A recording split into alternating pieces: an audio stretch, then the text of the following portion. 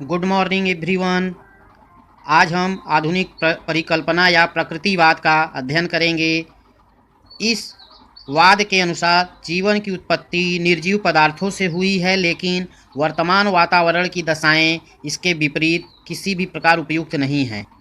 आदि पृथ्वी पर बदलती हुई वातावरणीय दशाओं में करोड़ों वर्षों तक अनेक भौतिक रासायनिक प्रक्रियाएं चलती रहीं। इनसे पहले अकार्बनिक तथा बाद में कार्बनिक पदार्थों का निर्माण होता रहा। इनके अनुसार परस्पर अभिक्रियाओं के फलस्वरूप पहले सरल और बाद में जटिल कार्बनिक पदार्थों का निर्माण हुआ।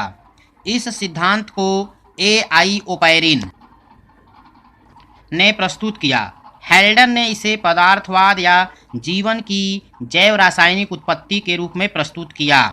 ओपैरिन ने अपने मत को सन 1936 में अपनी पुस्तक ओरिजिन ऑफ लाइफ जीवन की उत्पत्ति में प्रकाशित किया। जीवन की जैव रासायनिक उत्पत्ति का सिद्धांत या ओपैरिन का सिद्धांत। ए.आई. ओपैरिन के अनुसार पृथ्वी पर जीवन की उत्पत्ति निम्नलिखित 7 चरणों में हुई। इनका हम एक एक करके अध्ययन करेंगे। प्रथम चरण परमाणु अवस्था। इस चरण में पृथ्वी पर जो पदार्थ उपस्थित थे अपने परमाणु अवस्था में थे, अर्थात पृथ्वी का अति प्रारंभिक स्वरूप ज्वलित वाष्पपुंज के रूप में था। इसमें सभी तत्व परमाणु के रूप में विद्यमान थे। पृथ्वी का ताप लगभग 5000 से 6000 डिग्री सेल्सियस था। पृथ्वी का ताप धीरे धीरे कम होने से भारी परमाणु जैसे तांबा, निकिल, लोहा आदि पृथ्वी के केंद्र में एकत्रित हुए, जिससे भूक्रोड का निर्माण हुआ।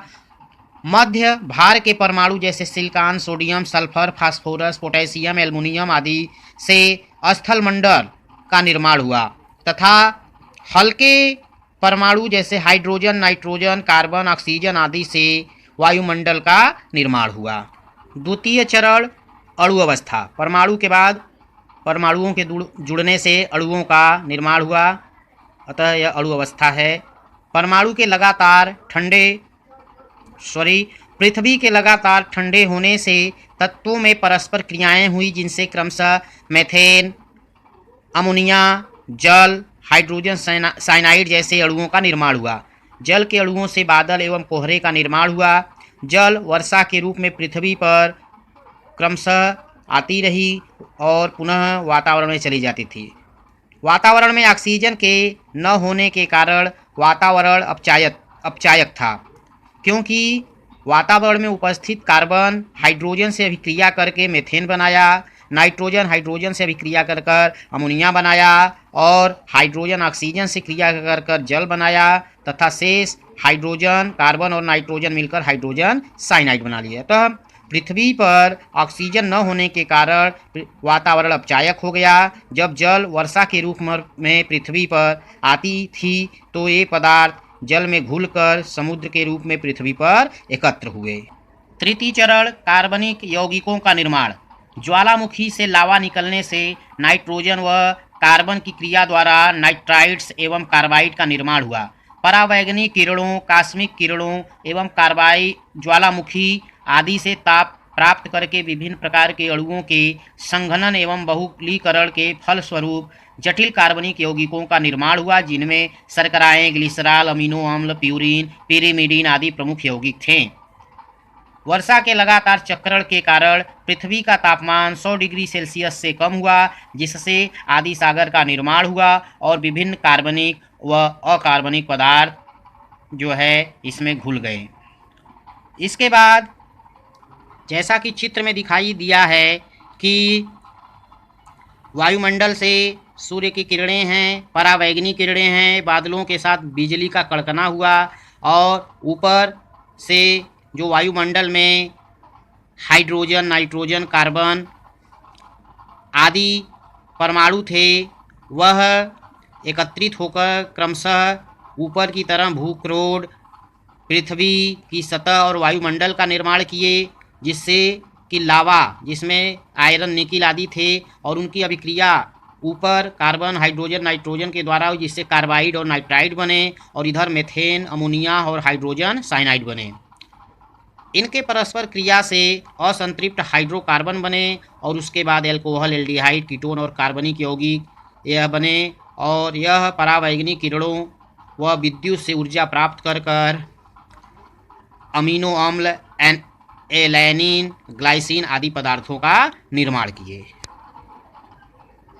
एआईओपैरिन के सहयोग में समर्थन में स्टैनले मिलर ने एक प्रयोग किया जिसके द्वारा उन्होंने सिद्ध किया कि किस तरह प्रारंभ में पृथ्वी का निर्माण हुआ और पृथ्वी पर जीवन की उत्पत्ति हुई। तो आइए अब हम समझें स्टैनले मिलर का प्रयोग।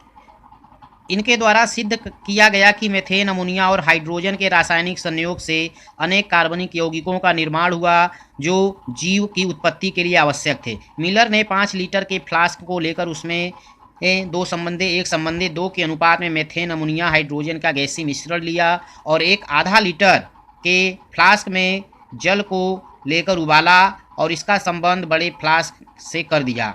बड़े फ्लास्क में टंगस्टन के इलेक्ट्रोड से 60,000 इलेक्ट्रिक वोल्ट की विद्युत धारा एक सप्ताह तक प्रवाहित की। बड़े फ्लास्क का एक सिरा नीचे से यू नली के द्वारा छोटे फ्लास्क से संबंध कर दिया। प्रयोग के बाद यू नली में गहरा लाल रंग का गंदला तरल पदार्थ प्राप्त हुआ। इसके विश्लेषण से ज्ञात हुआ कि इसमें अनेक प्रकार के अमीनो अम्ल, सरल शर्कराएं तथा कई अन्य प्रकार के कार्बनिक पदार्थ उपस्थित थे। इस प्रकार मिलर ने ओपैरिन का समर्थन किया। आइए चित्रों की सहायता से समझते हैं।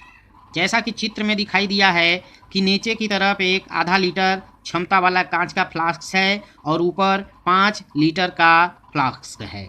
दोनों फ्लास्कों को आपस में एक समकोण पर मुड़ी नली द्वारा जोड़ दिया गया है और नीचे से यू आकार की नली से जोड़ दिया गया है। फ्लास्क को इस तरह जोड़कर बड़े फ्लास्क में 2 इलेक्ट्रोड प्लस और माइनस लगा दिए गए हैं और उसमें मीथेन, अमोनिया, हाइड्रोजन, जलवाष्प पहले से ही भर दिए गए हैं।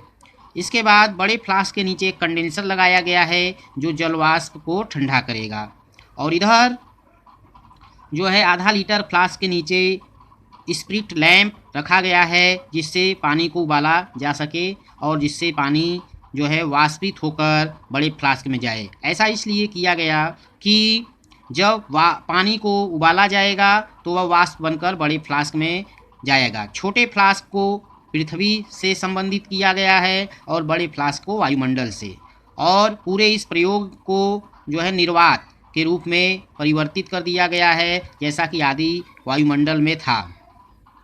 अब छोटे फ्लास्क को धीरे धीरे बर्नर की सहायता से गर्म किया जाने लगा जिससे कि जो जल थी वह वाष्प बनकर ऊपर जाने लगी और ऊपर जाकर वह बड़े फ्लास्क में गई जहां पर मीथेन, अमोनिया, हाइड्रोजन और जल था और इसमें 60,000 इलेक्ट्रिक वोल्ट का करंट प्रवाहित किया गया। स्पार्किंग होने लगी जिससे यह गैसें और यह विद्युत स्पार्किंग की आपस में क्रिया हुई।